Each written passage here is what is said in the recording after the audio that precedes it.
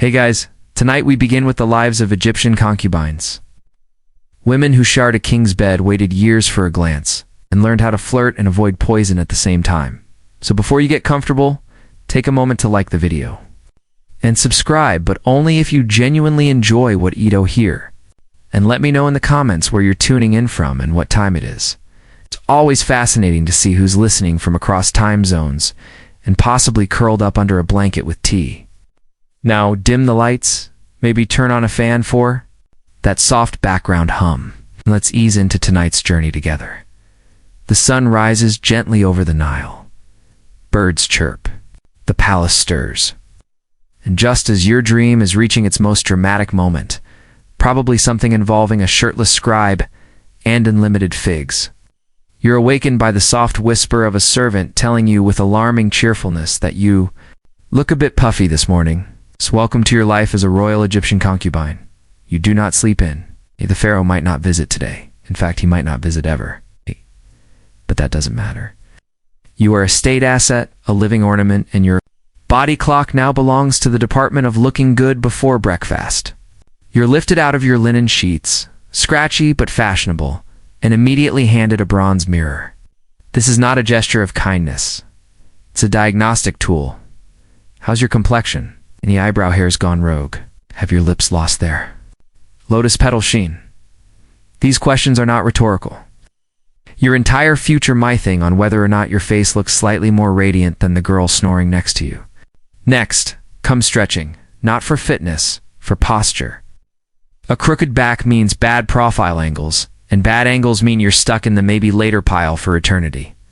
You spend 10 minutes walking back and forth, balancing a bowl of scented water on your head while pretending you're happy about it. Breakfast arrives. A platter of dates, figs, and possibly a single pomegranates that someone cut in half to encourage portion control.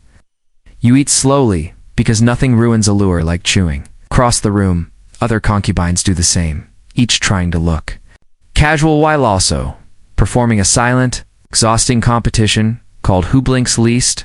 While making eye contact with no one, the servant returns.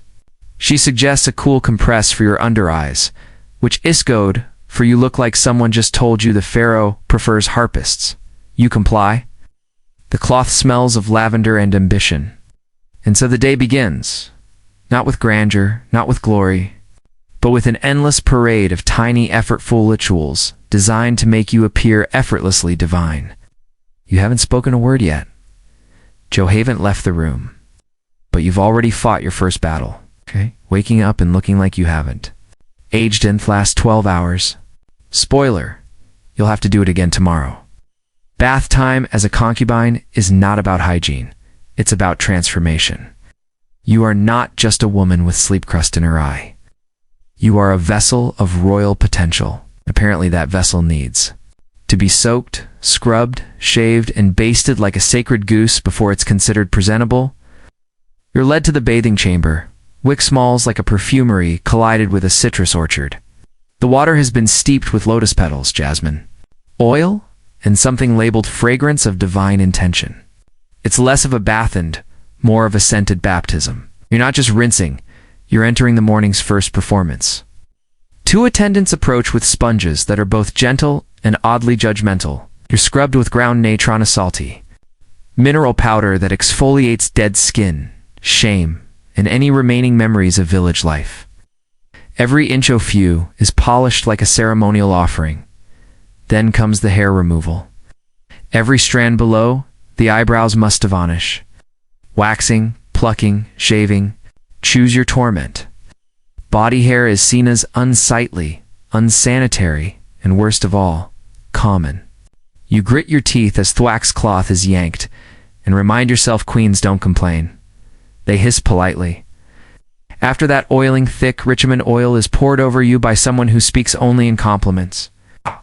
You're massaged until your skin gleams and you slip slightly on the floor trying to stand. You've become a human candle. And know the perfume. It's not spritzed. It's layered.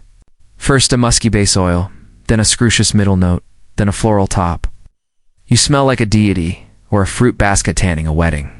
This scent will cling to you all day, which is the goal. If you pass by the Pharaoh and he sneezes, that's not allergies. It's a tactical victory. Finally, you're handed a clean linen shift.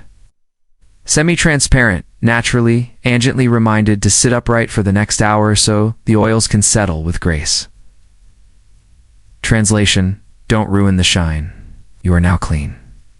Not because you wear dirty, but because expectation demands it. You've completed your ritual. After your ceremonial bath, you enter the next phase of the morning, the assembly of your face. Forget inner beauty. You'll need to earn divine favor with outer cheekbone symmetry and eyeliner so sharp it could be considered a military asset. You're seated in front of a polished bronze mirror, the ancient Egyptian version of a beauty influencer's ring light. Cosmetics attendant approaches carrying what looks like a miniature painter's kit. Powdered galena, red ochre, crushed carmine beetles. You are about to become a living fresco. First eyeliner. Black coal is applied with the same seriousness one would expect from a priest handling sacred scrolls. The line must be precise, not too thick.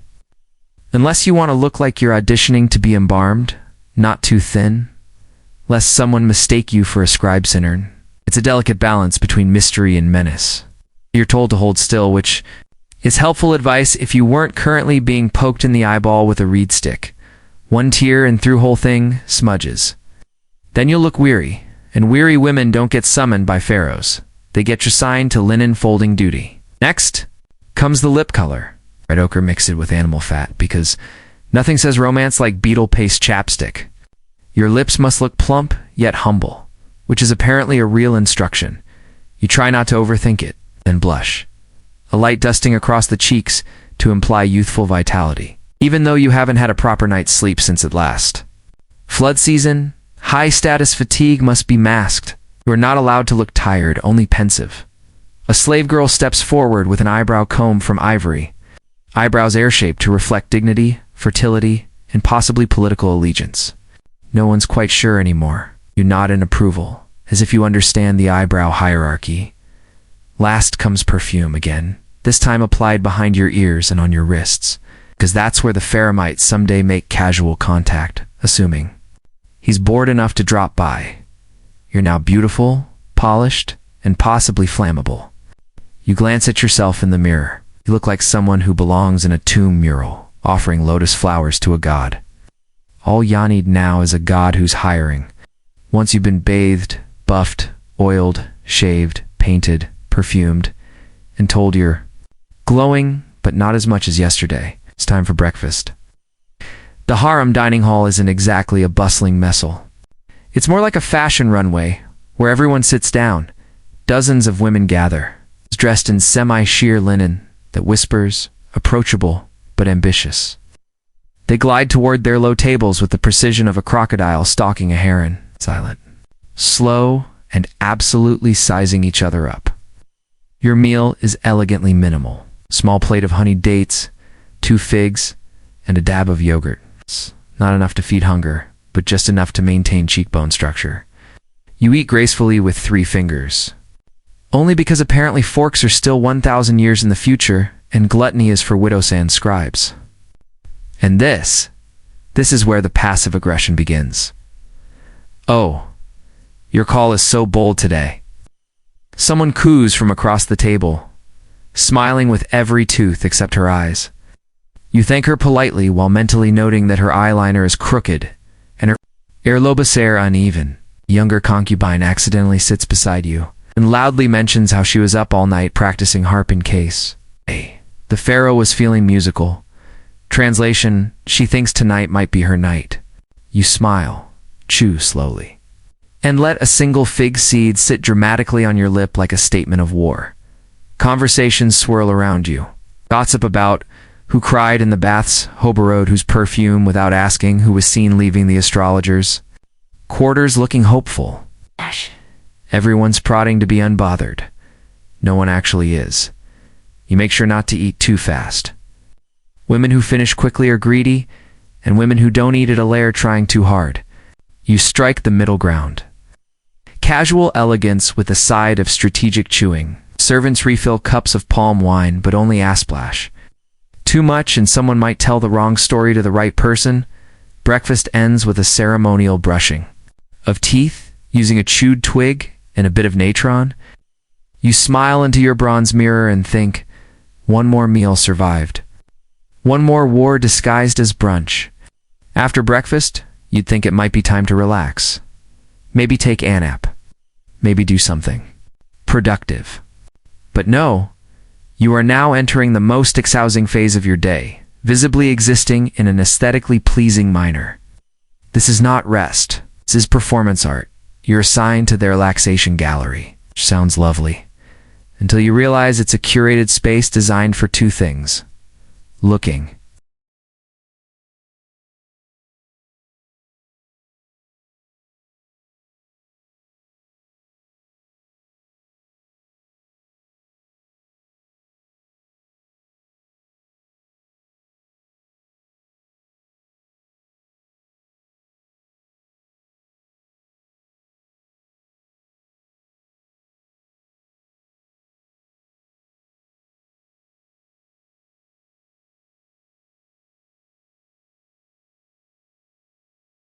Gorgeous, and being seen looking gorgeous.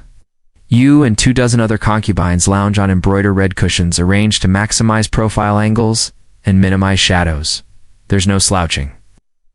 Posture must imply nobility, fertility, and mild but tasteful boredom. You're allowed to choose your activity as long as it's something ornamental. Reading hieroglyphs aloud is too intellectual. Playing a harp is ideal. Smelling flowers while gazing wistfully at a palm tree is encouraged.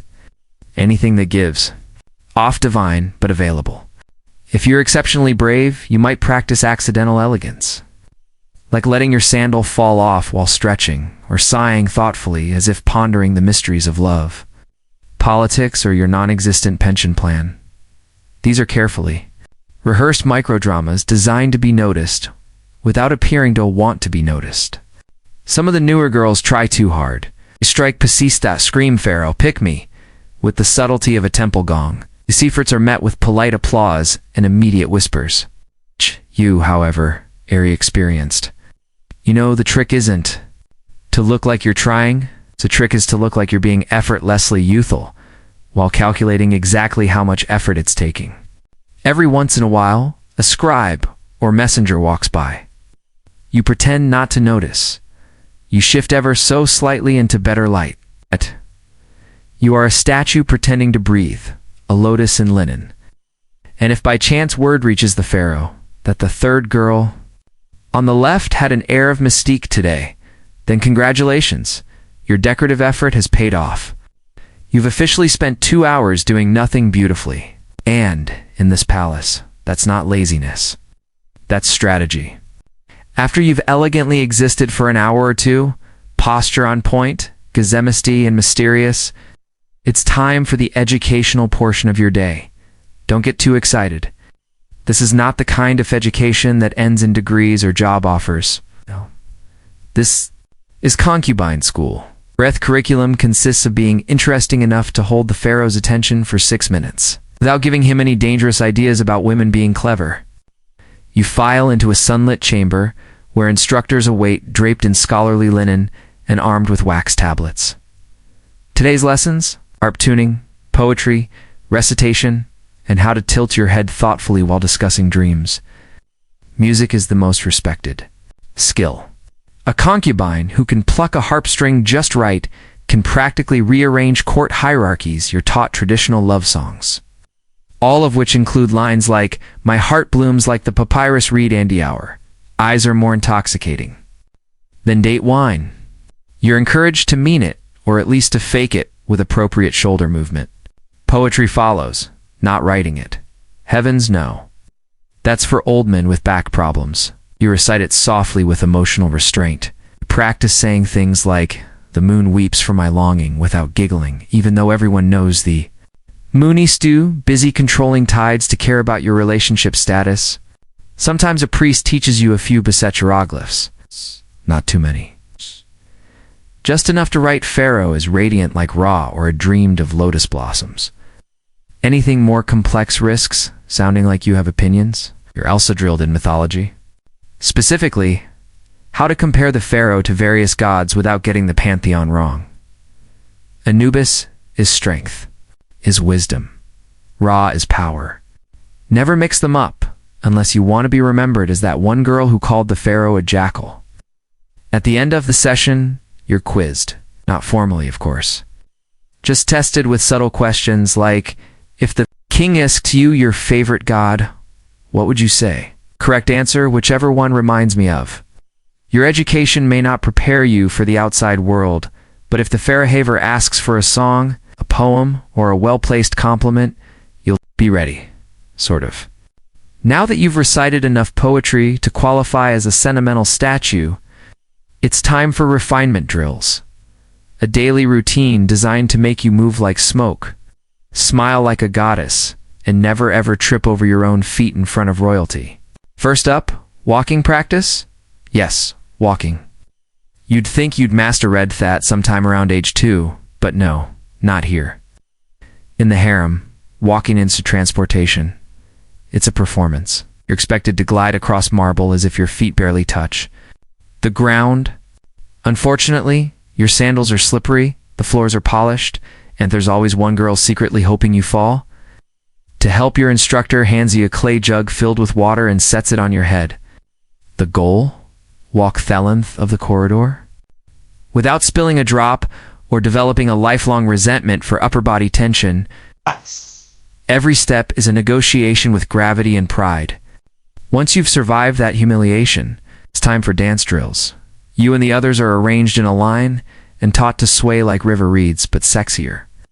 Arms up, hips loose, but not too loose. You're still supposed to be respectable. Mimic the movements of temple dancers while praying that no one sees your right foot disobey orders. Mistakes are met with constructive criticism. Well, mostly just regular criticism. You're stiff, says one instructor.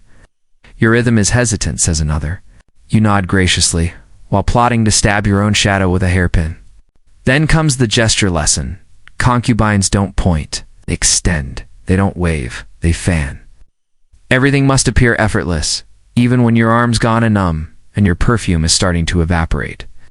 Next, you're reminded of how to kneel with devotion, but no desperation. The difference apparently is all in the eyebrow angle. And finally, you end with voice training. How to speak softly, seductively, never too quickly.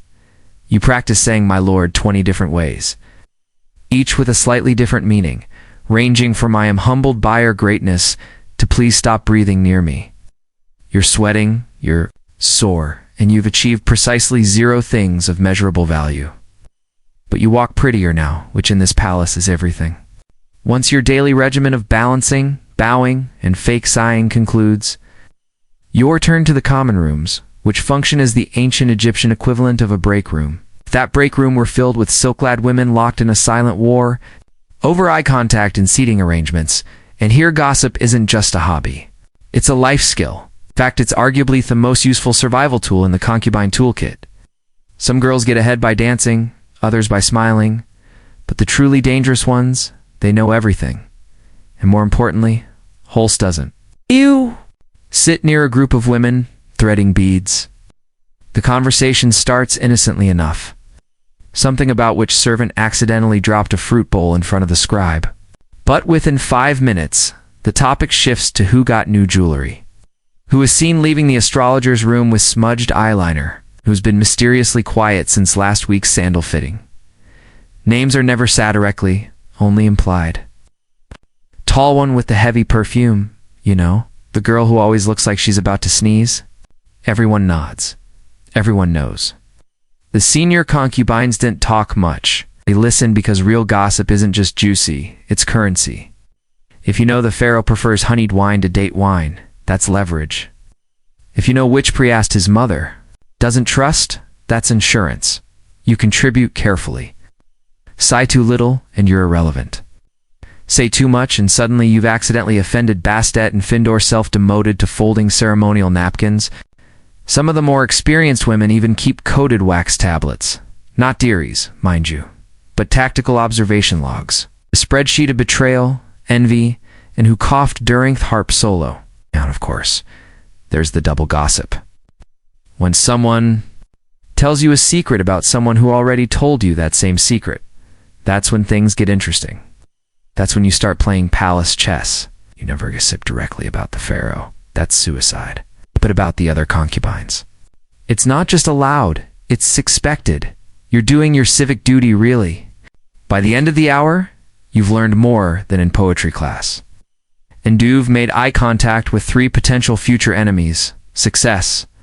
After your morning of posturing, powdering, and palace espionage, it's time to settle in for the highlight. O fevery concubines' day, the long suspenseful wait to, maybe possibly bezumed by the pharaoh. Now let's be clear. He probably won't come. He's likely busy inspecting irrigation plans, overseeing construction projects, or listening to court. Musicians with names like Henu the Flatulent, but that doesn't matter, because you still have to act like he might.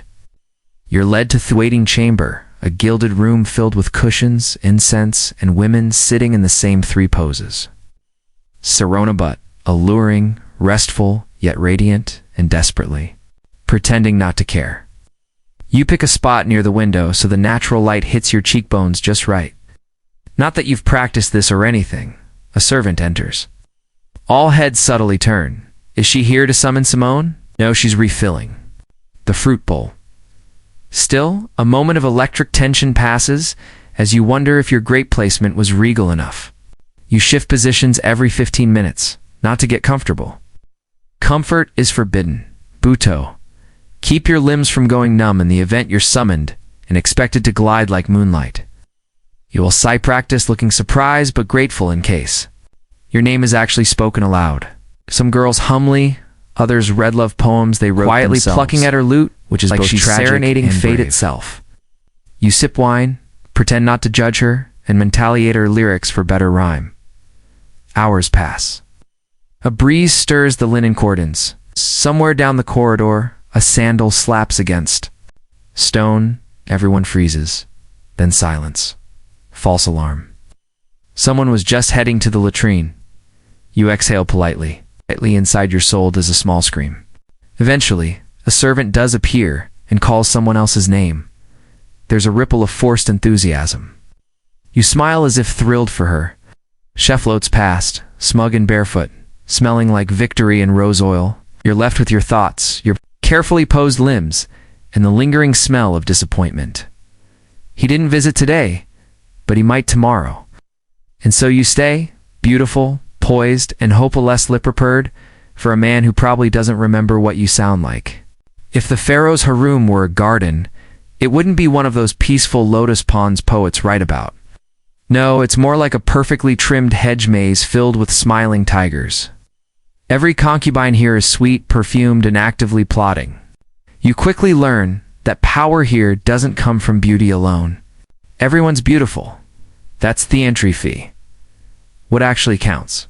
Alliances, influence, and the ability to say, you look radiant while thinking, I hope your eyeliner melts. Some girls form tight little cliques, usually centered around whoever. Had a confirmed evening audience last week.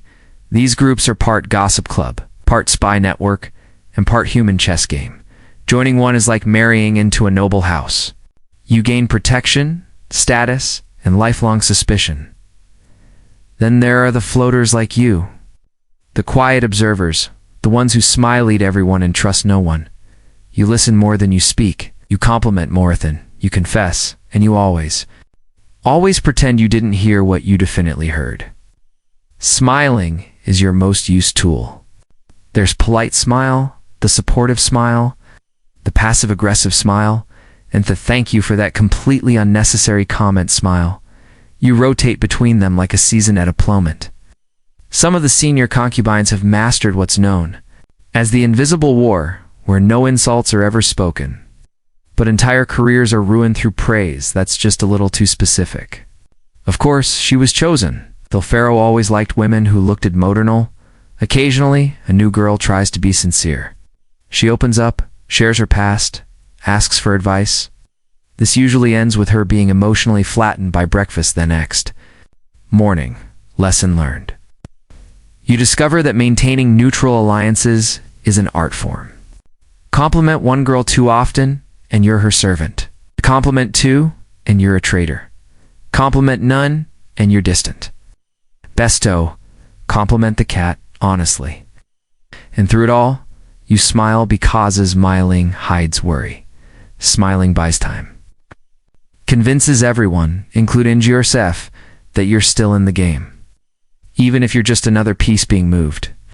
Nothing changes the mood of the harem like the sudden arrival of the great royal wife.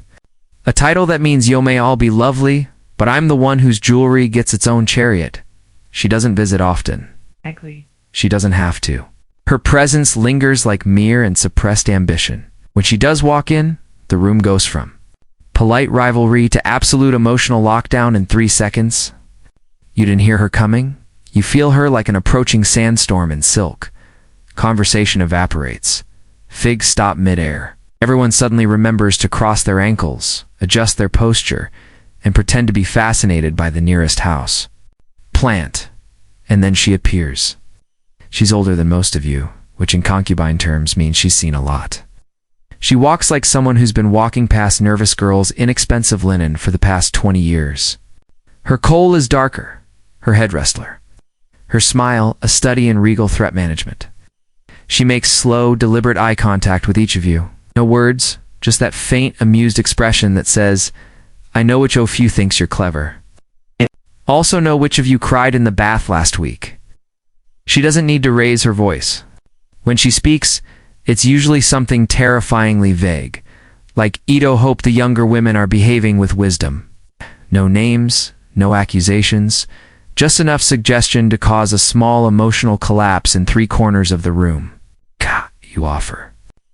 Your most respectful smile, the one you save for women who could have you reassigned to weaving duty without blinking. She nods slightly. Success. You are for today Beneth Nodis, which is a win. Some girls try to impress her. Girls try to perform subtle acts of grace. Retelling a myth, adjusting a flower vase just so, complimenting her choice of anklet like it's a sacred relic. She humors them. She's seen it all because she was you once. But she played the game better, and she won. Then, just as suddenly, Shelley's gliding out of the room like a vision in gold. No one breathes for 10 seconds. Then, slowly conversations resume. Softer, more careful. The queeness walked in and reminded everyone what power really looks like. As the sun sets over the palace walls and casts a golden glow over the Nile, the atmosphere inside the harem shifts. Its perfume is replied, hair is retied, linen is straightened. Because as darkness creeps in, so does possibility, and with it, an elegant form of emotional torment known as maybe tonight. You've spent all day being polished, painted, and perfectly polytight. Now you wait again. But this time, the stakes feel higher. This isn't about being seen, it's about being chosen. Maybe the Pharaoh will send a servant, maybe not. The only certainty is the tension in the air and the faint smell of rose oil and ambition. The younger concubines pretend not to care. They hum softly, rehearse harp melodies, or casually mention they had dreams involving royal cobras and marriage. The older ones, wiser, sharper, simply sit back and sip their wine. They've played this game too long to show their hand now. You, of course, do what all smart women do at dusk in ancient Egypt. You smile vaguely and try not to look like you're rehearsing your surprised but thrilled reaction in your head. These are Vant enters. Everyone goes still. She clears her throat. Names are never shouted. They're whispered like sacred chants. If it's yours, you rise gracefully, as if the moment hadn't consumed your thoughts all day. If it's not, you keep your face pleasant and sip your wine like it doesn't suddenly taste like despair. Tonight it's not your name. You nod, smile, and offer an encouraging look to the girl who was called even as your own confidence quietly crawls under a cushion and weeps. But the show must go on. If you remove your jewelry, you unpaint your face. You bathe again, though this time it's more about washing off hopeth and sweat. You slip into your night linen and curl onto your mat, pretending you're grateful for the quiet. Above you, the moon hangs full and indifferent. Somewhere, music drifts from the upper chambers. You tell yourself, maybe tomorrow, because that's what keeps you her. It's not certainty, but the ritual of not knowing. And in this place, Uncertainty is the most intoxicating drug of all. As the palace slips in tasselance and the oil lamps burn low, the harem enters its most secretive and absurd realm. Dreamtime, where ambitions bloom unchecked, and reality politely excuses itself. You lie on your mat, eyes open, staring at the ceiling. The linen above you shifts in the breeze like a lazy ghost. Round you, other concubines murmur quietly, sharing the strange visions they've had lately, walking on lotus petals. Pharaohs with lion heads, birds that speak in riddles. It's all very poetic and only mildly insane. But there's the thing. In this palace, dreams matter. A well-timed dream can shift your standing more than all the perfume and thieves. Interpret the right symbols, and suddenly you're not just a concubine. You're a vessel of divine wisdom. Misinterpret. Them and your thegger who claimed Ra wanted her to lead a poetry recital. You keep your own dream journal. It's a cracked papyrus scroll tucked under your mattress. You write things like flooded courtyard symbolic off, emotional repression, or Pharaoh smiled at me, then turned into a fish. Less clear. If you ever find a priest who likes metaphors, this thing could catapult you into real influence, or at least better. Seating at breakfast. Sometimes dreams are shared strategically.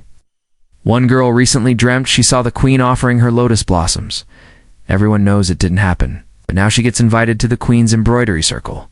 That's the power of fabricated sleep visions. They're deniable and useful. You dream too. A freezing of being more than decorative, of having your own estate, of whispering a bedzis to the pharaoh and him actually listening. Occasionally you dream of just leaving. But then you remember, outside the palace, there are fields, sandstorms, and husbands who chew with their mouths open. Inside, there's at least the illusion of opportunity. You roll over and whisper your latest dream to your friend. It involved a cat walking backward and offering you a crown. She nods like that's perfectly normal. Definitely bastard. She says power is coming. You both pretend to believe it because here dreams are currency. Papyrus is cheap and hope, however delusional, is the only luxury that's free. By your 14th bath and 29th fig, you start wondering what exactly is freedom. It's a word whispered sometimes, not often, and never loudly, by the older concubines, usually after too much wine. They'll look off toward the distanthals and mutter things like, I remember when I could walk to the market alone, or once I picked my own hairstyle. And you'll nod respectfully while trying to picture a life where your biggest decision wasn't which incense blend to wear at dusk. On paper, you live in unimaginable luxury. Silk, music, security, and meals that don't involve scraping dates off the ground, but in practice, you have fewer choices than a basket of lentils. Want to leave the palace? That's adorable. You belong to it now. You are technically not a prisoner. But try walking past those guards, with your eyeliner slightly smudged, and see how far you get. Want to marry? Only if the pharaoh forgets you exist long enough to permit it, which ironically feels less like rejection and more like parole. Want to raise your voice? Only if it's in a love song or a gentle prayer for the Nile to flood favorably. Your job is to be admired, not heard. Your opinion, sir, as ornamental as your bracelets, pretty, but strictly non-functional. And yet within this well-stitched cage, some women do find a strange kind of freedom. Not physical freedom, of course. Don't be silly, but emotional, political, social freedom. The ability to influence which poem is recited at court, to suggest a priest be consulted, to whisper something to the queen's cousin that somehow changes the menu for a royal feast. It's not much, but it's something. You think about the village girl you used to be chasing goats, sunburned, covered in dust. She was free in the can-go-outside sense, yes, but no, you're free in the knows how to manipulate. 3 noble families without lifting a finger sense. Is that better? You're not sure? But you do know that freedom here is never given. It's performed like everything else. And the better your performance, the less anyone questions whether you're free at all. One day you won't be here anymore, maybe. You'll be replaced by someone younger with shinier hair and better loot skills. Maybe the pharaoh will lose Sinterist entirely and take up falconry full-time. Or maybe you'll be quietly reassigned to a country villa where I'll spend your days. sipping diluted wine and reminiscing about the time you almost got summoned but didn't because Queen's cousin had a headache. And then comes the real question, the one no one asks out loud. Will anyone remember you? You won't have a statue. Statues are for gods, generals, and men who invented new types of plows. Your name might appear in a court ledger somewhere. Line 34, extra lotus oil for concubine, name a libel. That's your grand historical footprint. The scribes won't write songs about you unless you die tragically young and poetically near a fountain. But even then, someone else will probably get the credit. Still, you hope. You hope the queen remembers you as the one with the steady hands or that girl who never flinched during eyeliner application. You hope one of the younger concubines imits your posture one day without realizing it. You hope a servant whispers, "She once made the Pharaoh laugh," like it means something. Maybe that's all legacy really is. A few scattered memories drifting through someone else's afternoon. But on certain nights, especially the ones when the air smells like myrrh and the moonlight hits the courtyard just right, you let yourself imagine. Maybe your name will end up in a forgotten scroll. Maybe a modern scholar will read it centuries later and wonder who you were. Maybe you'll mispronounce it, publish a theory, or turn you into an exhibit with poor lighting and a misspelled plaque. Still, it's something because you were here. You outlasted rivals. You mastered posture, deception, poetry, and staying silent in 5 languages. You turn obedience into performance and hope into strategy. You lived in a palace. Even Ifet wasn't really yours. And in a world where most women never left the mud brick walls of their village, you became a whisper in the palace of kings. Okay, but that's not immortality, but it's close enough. The feast is over. The music has faded. The nobles have loosened their belts and unfastened their shoes. But for the bride and groom, the most humiliating and crucial part of the day is just beginning. In medieval Europe, marriage wasn't sealed with a kiss. It was sealed with witnesses, sheets, and often a whole room of in-laws. The bedding ceremony, as it was called, was less a celebration of love and more a legal performance. One that turned the bedroom into a courtroom and the bed into the final contract. You see, in the medieval world, sex wasn't just personal, it was political. A noble family needed heirs, and heirs required proof. So after the wedding feast, the entire community, or at least the most nosy and powerful members, would accompany the newlyweds to their chambers, and they wouldn't stop at the door. They'd come in. If you were lucky, they might just remove your shoes, offer a toast, or sing a bawdy song before leaving you to it. If you were less fortunate, they might stick around long enough to see you naked, inspect the bedclothes, or cheer you on with mocking advice and drunken encouragements. Some families even required a bishop or midwife to inspect the bride beforehand or the sheets afterward, for signs that the deed had been done. Why the intrusion? Because marriages were in private. Unions? They were public contracts. Noblewoman's virginity was political capital. A nobleman's ability to consummate was a legal obligation. Without a consummation, the marriage could be annulled, and without witnesses, it was your word against the world's. It didn't matter if the bride was trembling or the groom was drunk or both. We're strangers to one another.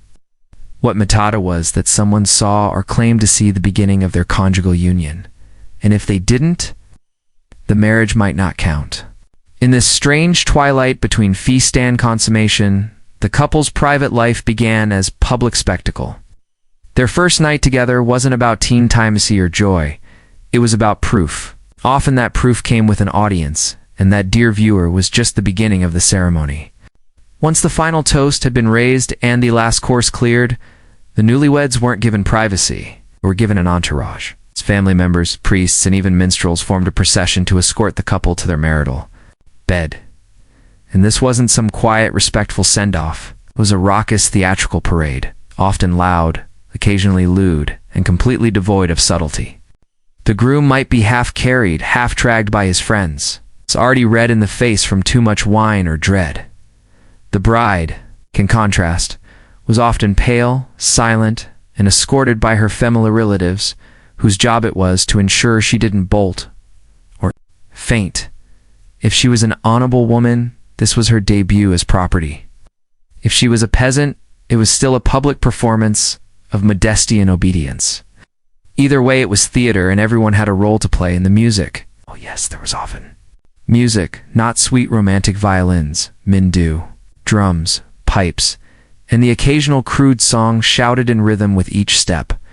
In France, they called it the chivalry, a rowdy, mocking serenade, meant to embarrass the couple and encourage a successful union. Think medieval hazing with a religious blessing.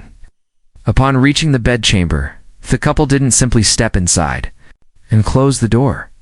Instead, they were ceremoniously undressed, often by relatives or attendants.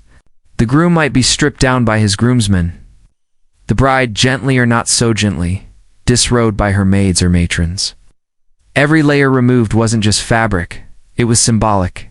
Childhood gone, autonomy gone, and you belong to each other, more accurately, to the family alliance.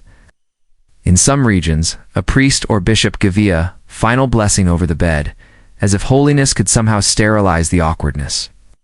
In others, a cup of wine or spiced milk was passed between the couple, a last comfort before the main act, and the witnesses, they might not leave just yet. Some stayed behind the curtain, some stood near the door. A few particularly determined ones waited outside the room with ears pressed to the wood. In short, this was no gentle stroll to privacy. It was a forced march into adulthood, carried on a wave, off seers, songs, and uninvited eyes. And the worst part, the night had only just begun. If you were hoping the crowd would discreetly exit and let the couple awkwardly find their rhythm in peace, think again. In many medieval regions, the concept of privacy during a wedding night was practically non-existent. The entire point of the bedding ceremony was to prove consummation, and in a world where land, power, and alliances were passed down through bloodlines, that proof had to be irrefutable. Even if it meant peeking through curtains or literally sitting in the corner of the room. To be clear, not all witnesses were intrusive. In some traditions, nobles or village elders might only escort the couple to the bed, remove a shoe, tuck in the covers, say a prayer, and then leave, symbolic enough to count. But in other cases, the situation took a turn from symbolic to straight up voyeuristic. Certain royal courts demanded clerics, midwives, or matrons to remain in the room just in case anything went wrong or didn't happen at all. Some nobles even went so far as to appoint official witnesses, who would later sign written attestations, af consummation. These weren't just casual guests. These were notaries of the night. The implication was clear. You weren't alone, and you weren't allowed to fake it. It gets worse. There are accounts, yes, real ones, of high-born wedding nights where courtiers or family members would listen for specific sounds, watch for movements under the sheets, or even inspect the bed sheets the next morning for signs of depth-lowering, blood-stained linen, proof of virginity, and honor. A clean sheet caused for scandal and annulment, and if the bride was suspected of being less than pure, the pressure doubled. She might be questioned, examined, or even accused of witchcraft if things didn't go as expected. The groom didn't escape scrutiny either. I failed to perform, especially in noble families. It could trigger lawsuits, church inquiries, or diplomatic embarrassment. Of course, not every ceremony reached this level of absurdity. Peasants might have had a slightly more relaxed experience, often sending guests away after a few crude jokes and toasts. But in elite circles where bloodlines were currency, failure to consummate publicly or believably could collapse enter dynastic plans. So imagine lying in a cold room next to Ozamian. You'd barely know with the faint sound of whispering relatives outside the door and realizing your first act of intimacy is being treated like courtroom evidence. The door may have closed. The guests may have stepped out, some reluctantly. But for the newlyweds, the real ceremony was just beginning, and calling it romantic would be laughably generous. For many brides, especially noble women, this was a moment of intense dread. The wedding night wasn't about affection, it was about obligation, and often at waist-high first sexual experience. Groom, stranger, setting alien consent, technically implied but practically irrelevant, the whole experience was wrapped in pressure, performance, and fear. A misstep, a flinch, a failure. It could all unravel the family's plans. The bed itself was the stage. In noble households, it wasn't just any bed. It was ornately carved, placed in a special chamber, and often set aside for this own event. It might have symbolic decorations. Pomegranates for fertility, lies for purity. Even religious icons nailed to the headboard, just in case divine intervention was needed to get things going. And while the couple may have been alone now, their minds were anything but private. The weight of expectations hung heavy. Produce an heir, prove your masculinity, bleed for your virtue, finish the job. The groom was expected to claim his bride.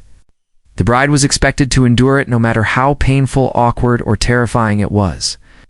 She was trained for modesty and silence. He was expected to be aggressive and efficient. For some couples, things went smoothly, or as smoothly as possible in a cold, high-pressure environment. Others weren't so lucky. The groom might be too drunk, too nervous, or too inexperienced to do anything at all. The bride might cry, freeze, or recoil.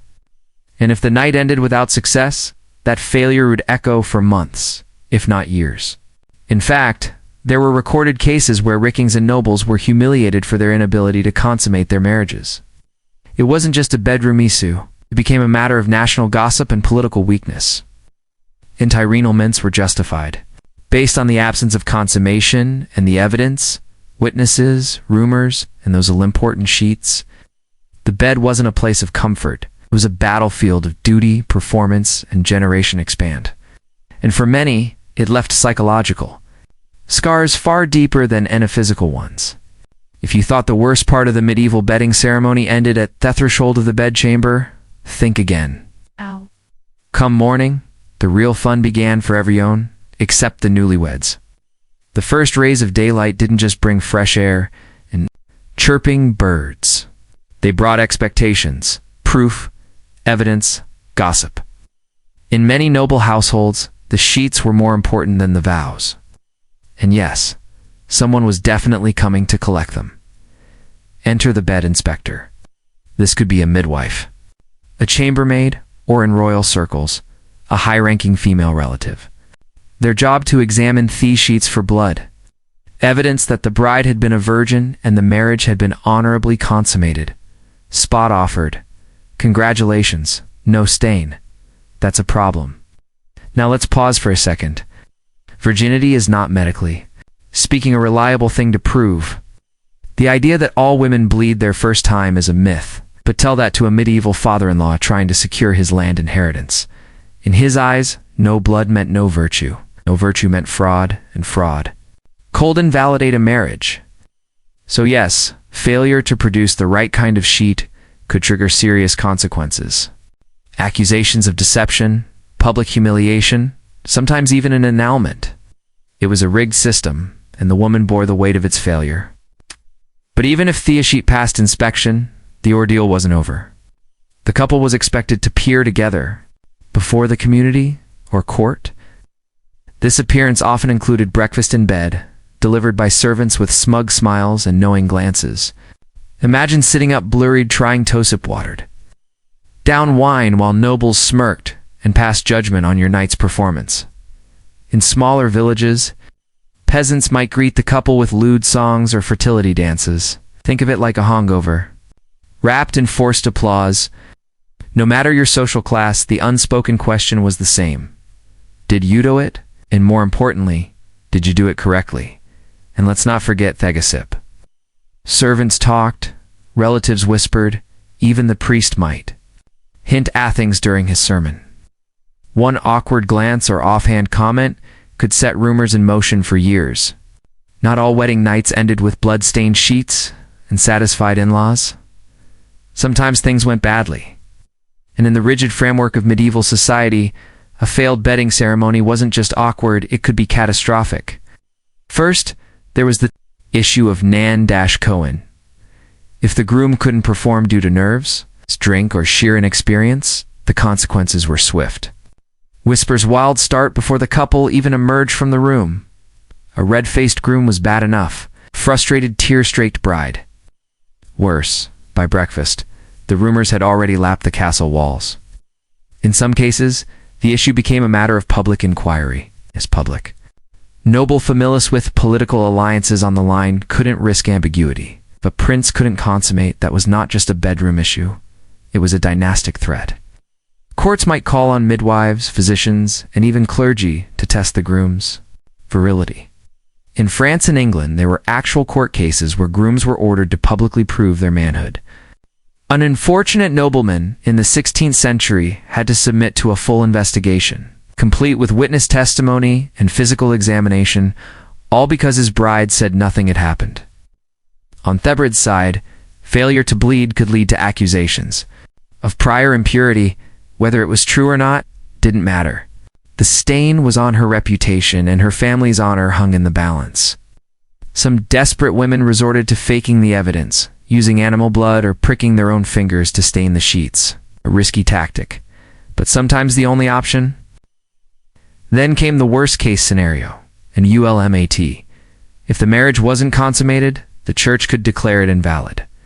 That meant the dowry might be returned. Alliances broken, and the woman labeled damaged goods. For noble women, this could spell exile to a convent. For commoners, it meant public shame and social demotion. And in rare but real cases, violence followed. An enraged groom, humiliated and desperate to defend his honor, might accuse his wife of witchcraft, deception, or adultery. Women were beaten, imprisoned, or worse, all because of a failed expectation. What began as a ceremony of union could thus end in separation, scandal, or event punishment. The bedding ceremony was never just about sex.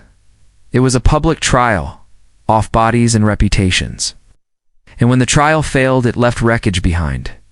While the general concept of the bedding ceremony appeared across much of medieval Europe, the way it played out varied wildly from region to region. Each culture added its own flavor, some just awkward, others downright bizarre. In Scandinavia, for instance, the ceremony often involved the bride being carried, sometimes upside down across the threshold of the bedchamber, symbolizing her transition from maidenhood to marriage. In more rural traditions, the groom's friends might try to sabotage the consummation by playing pranks, singing loudly, or even locking him out of the room as a joke. Brotherhood had its limits. Apparently in Germany, it wasn't uncommon for bedding to involve an actual bed race. Yes, a bed with wheels dragged through the village with the newlyweds on it, while neighbors banged pots and pans in celebration. Or mockery. The more noise, the better. It was believed to ward off evil spirits and subtlety. In Ireland, a more symbolic practice took place. While the bedding was still expected, the public part often stopped at the chamber door. But older women of the village might hover nearby, ready to offer fertility charms, advice, or less comfortingly, a critique of the bride's childbearing hips. Meanwhile, in France, the bedding was more of a legal spectacle. In royal courts, the bride and groom might sign documents in bed with clergy present to sanctify the act. And in particularly dramatic ceremonies, nobles would pull the bed curtain shut with a flourish as if drawing the curtain on a play, which in many ways it was. Spain, on the other hand, leaned heavily into Catholic symbolism. Crucifix might be placed above the bed, with prayers recited before any physical act occurred. The church wanted to remind you, this was not just passion. It was duty blessed by God. Passion, off course, was optional. And among peasants, things were generally more relaxed, though still public. A village might follow the couple home with torches, sing songs outside the door, or even sneak up to bang on the shutters mid-act. Romance? No. Communal entertainment? Absolutely. No matter where you were, one thing was consistent. The bedding ceremony was never just for the couple. The songs might have changed. It was for the family, but the awkwardness that was so universal. And the law. Strange and structured as the medieval bedding ceremony was, I texted in a world full of contradictions.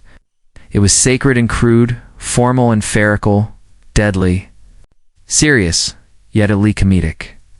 And among all the rules, rituals, and superstitions, there existed an entire undercurrent of unspoken behaviors. Things everyone knew, but no one ever said aloud. For instance, everyone knew the groom might be terrified. Sure, masculinity was prized, but no every young man came to the bedchamber with confidence or experience. If he failed to rise to the occasion, it was quietly blamed on nerves or too much wine or even sorcery. Wives were told to be patient or discreet, or both. The bride, on the other hand, was expected to be silent, modest, and still. But behind closed doors, she might weep, plead, or simply freeze. These were taboo topics, never spoken about during morning gossip or courtly banter, but well known to mothers, nurses, and the older women tasked with preparing her. And then there was the humor, because of course, there was humor. The medieval world wasn't always grim and gray. It had room for mockery and mischief. The bedding ceremony was ripe for it. Drunken friends might swap the groom's nightshirt for a woman's robe. Chamber pot might be hidden beneath the covers. In some regions, guests teed bells to the bed so everyone would know exactly when the deed was done. It was crude, yes, but also a release valve for a ritual so tense it could snap. Even priests sometimes got in on the joke, offering blessings with the thinnest of veils over double meanings.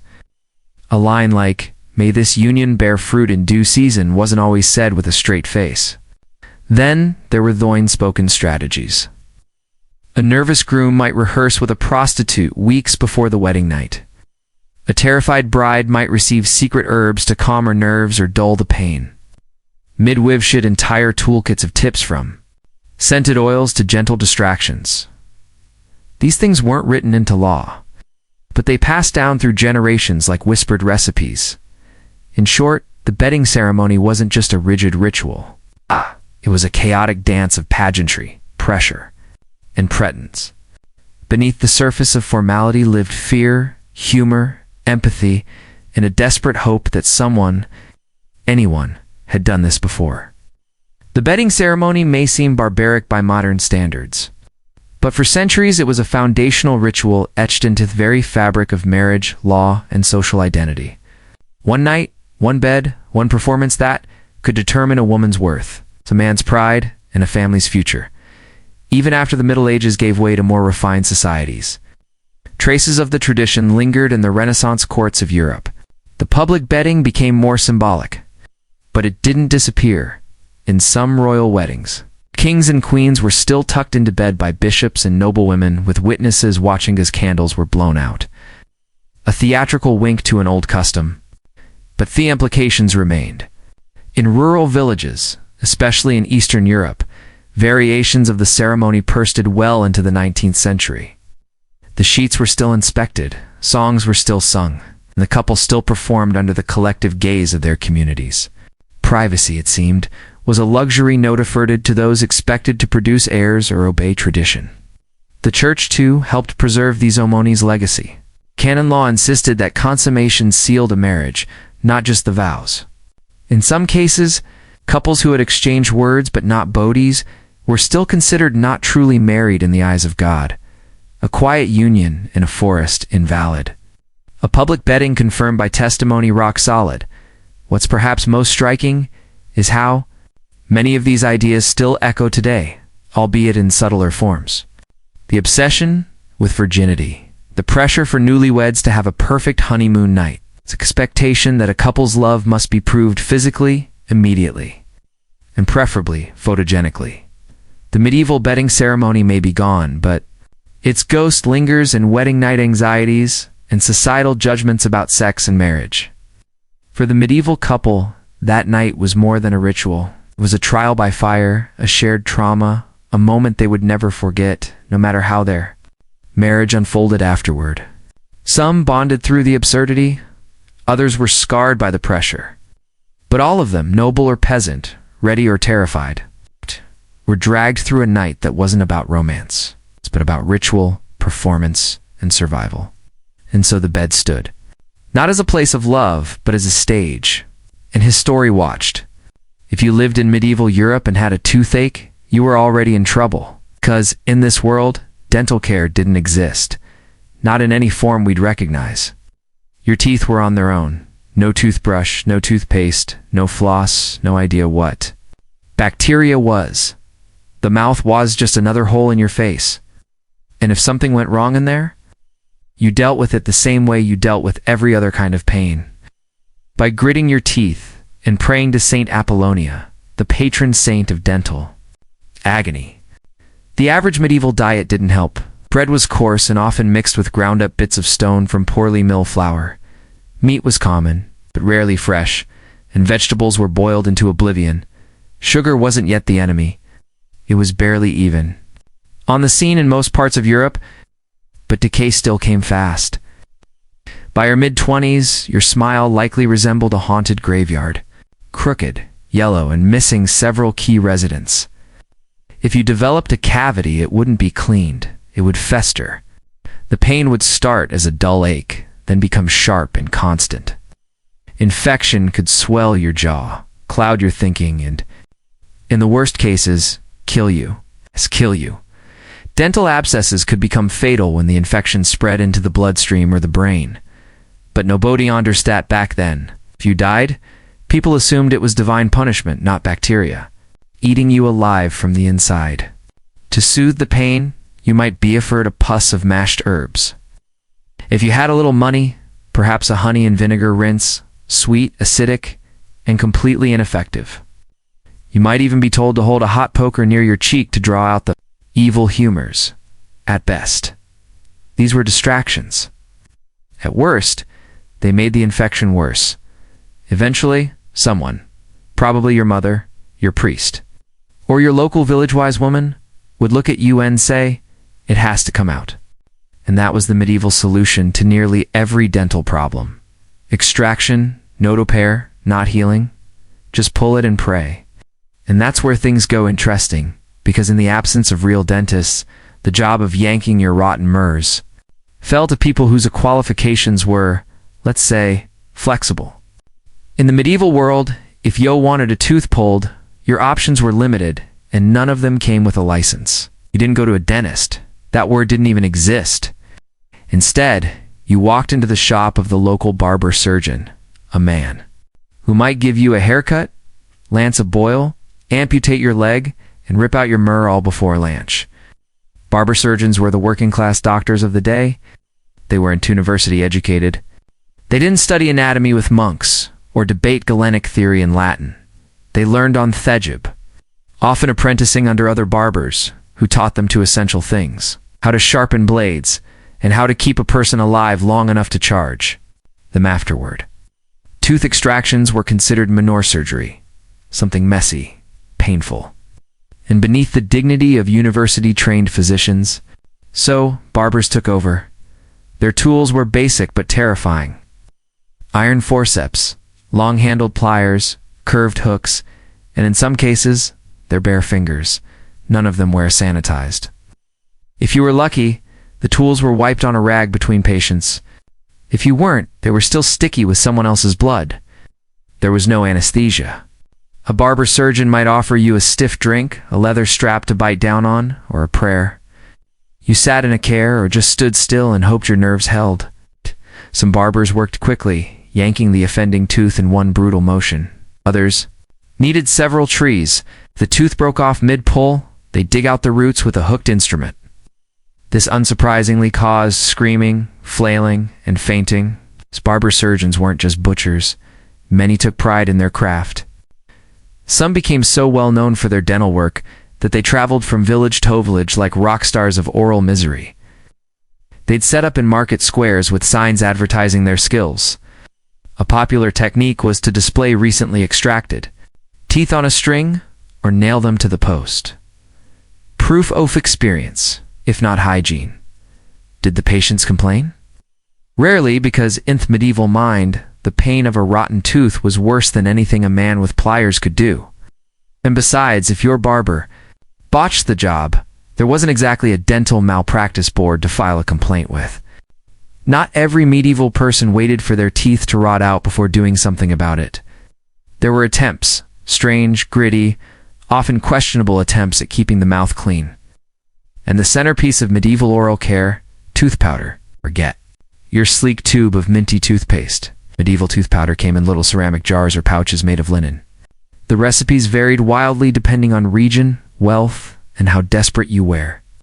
But common ingredients included crushed bones, burnt bread crusts, powdered herbs, and ashes. Some added crushed oyster shells, pumice stone, or charcoal for extra abrasion. In short, it was like scrubbing your teeth with sandpaper and calling it self-care.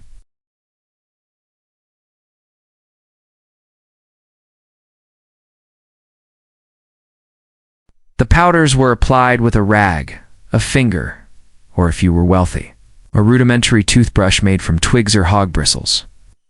No one really understood the concept of bacteria or tooth enamel, so the goal wasn't to kill germs, it was to scrape away grime and improve your breath.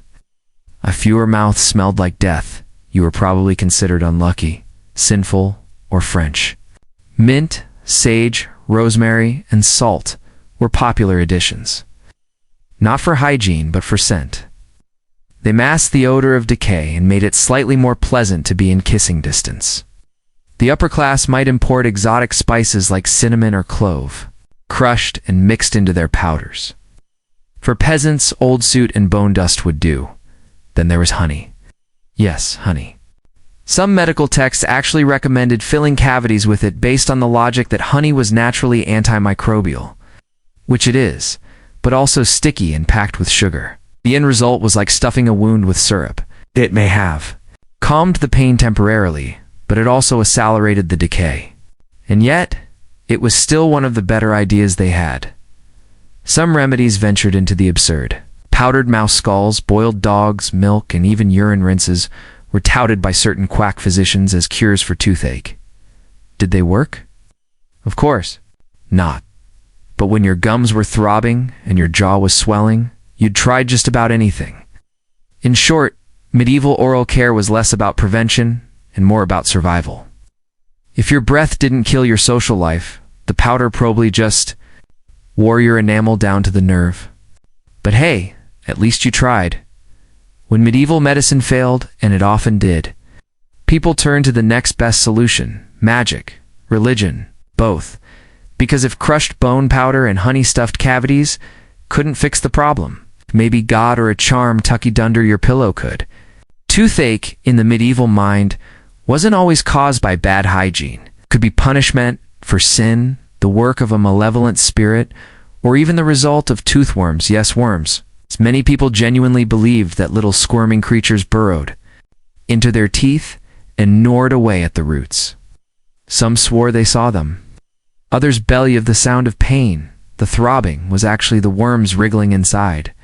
To treat this imaginary invaders, you could try smoking them out.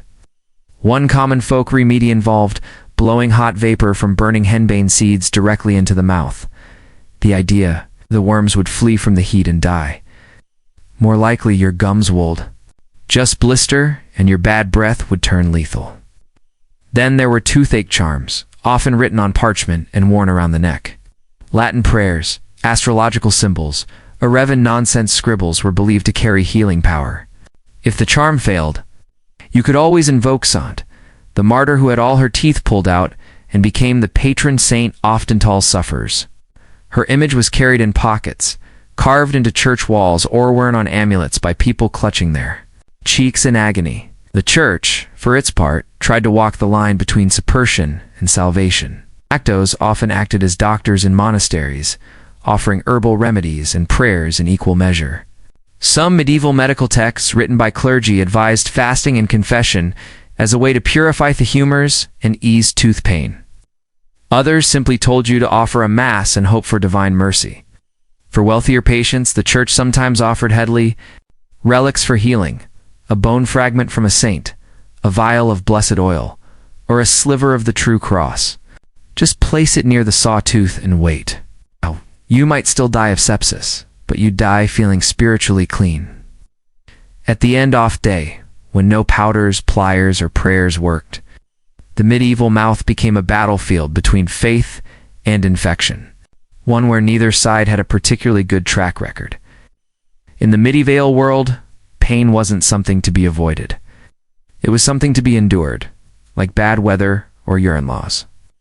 There were no anesthetics, no Novocaine, and certainly no soothing Goshen soundtracks piped in during treatment. Pain was expected. In some ways it was even respected. Tooth extraction wasn't a quiet clinical affair. It was a public performance of agony. Picture this. You're slumped in a wobbly wooden chair, cheeks swollen, your mouth open while a man in a blood-stained apron rummages around with iron tongs. There's no sedative, no sterilization, maybe a gulp of strong wine if you could afford it, maybe a prayer if you couldn't. The barber surgeon would grip the fending tooth and pull, twist, or wedge it out. It broke, which Idafon did. They'd keep digging. The pain could be so intense that people fainted or vomited. Some bit clean through their own lips, trying not to scream. Others swear physically restrained by assistants or relatives. Still they came. Because as bad as the procedure was, the pain of a rotting tooth was worse. Some barber surgeons took pride in minimizing suffering. They worked fast, confidently, like medieval cowboys off the jaw. Others were just winging it. There are records of teeth being shattered, jaws dislocated, or entire chunks of gum torn out. If the wound got infected afterward, and it often did, you simply lived with it ordnant. Even more grim, some dentists claim to treat multiple patients in a row using the same unwashed tools. No boiling, no wiping, not even a rinse. One mouth's bacteria passed to the next like a cursed relay baton. The concept of cross-contamination didn't exist yet. And if you were unlucky enough to develop a post-extraction abscess, you could find yourself back in the same chair, this time begging for someone to lance the swelling with a knife. So why didn't more people just tow it out? Because the pain of doing nothing often became unbearable. And in an age when prayer, honey, and powdered bone dust couldn't help, ripping the tooth out by force was the only option. Left, Spain. That was just part of the price of survival. No numbing, no apologies, just iron and willpower and a bucket for the blood. Not every dental horror took place in a dark back room. In fact, some of the loudest screams came from the village square, right between the sausage vendor and the man selling geese. That's because many medieval extractions happened out in the open, courtesy of traveling tooth pullers. These weren't trained professionals. They were showmen, itinerant peddlers, who moved from town to town, setting up makeshift stalls at fairs and market days. They wore flamboyant clothes, carried massive sets of pliers, and claimed to cure every ailment from toothache to heartbreak. Some even had fake credentials, scrolls in Latin no one could read, or blessed instruments covered in fake gold leaf. Their strategy was simple: attract a crowd, create a spectacle, and yank some teeth. They'd start with a loud pitch, boasting of their miracle cures and gentle hands. Sometimes they used a planted assistant, someone who pretended to have a toothache and was cured on the spot. The crowd, eager for free entertainment and mildly sadistic fun, would cheer, jeer, and egg on the next victim. The puller would call for a volunteer, usually someone in real pain, and the performance began. The tooth was yanked out in front of. Everyone held aloft like a trophy. To blood. That was part off thrill, screaming even better. It proved the man was doing real work. After the extraction, the tooth puller might sell homemade remedies, bottles of herbal elixir, clove-soaked rags, or mysterious powders to keep the rot away. These were usually just mixtures, auspices, and wine, but they gave the illusion of afterair. Whether they helped or not didn't matter. The crowd left entertained. The toothless man left dazed, and the puller left with a pocket full of coins. Some were surprising this gold. Others left a trail of broken teeth, split lips, and lawsuits, if such things had existed. Either way, they served a purpose. In places where no barber surgeon operated and monasteries were miles away, these men were the last resort. They were medieval dentistry zones to a drive-through, quick, dirty, and unforgettable. So next time you're sitting in a climate-controlled office staring at your dentist's polished tools, remember you could be in a muddy village square surrounded by chickens, while a man in a feathered hat holds your myrrh up to a cheering crowd. If you thought having royal blood meant better dental care, think again. Medieval kings and queens might have owned gold, jewels, and castles, but their teeth were just as terrible as everyone else's. In some cases, even worse. The upper classes had access to more food, but that didn't mean healthier options. Nobles gorged on sweetmeats, dried fruits, white bread, and wine, all of which were devastating for teeth. Sugar, while rare, was a luxury imported from the East, and when it did appear in the kitchens of the elite, It was used recklessly in pies, sauces, and preserved fruits. The result? Rot cavities and breath that could slay dragons. Historical records suggest that many royal figures suffered from problems. King Henry V VI reportedly had loose and blackened teeth. Catherine de' Medici was known to have decayed teeth and chronic hatusis, likely from years of clove-stuffed chewing. And if you were a noblewoman, good luck. Beauty standards demanded a pale face, tiny waist, and a closed mouth, because a smile might reveal the truth. Your mouth was a disaster. What did aristocrats do about it? They had access to the best barber? Surgeons, of course, which mostly meant getting their teeth yanked by someone in nicer clothing. Famously suffered from terrible dental pain. She was so afraid of having a tooth pulled that one of her bishops had a rotten tooth. Extracted in front of her to prove it wasn't so bad. Didn't work.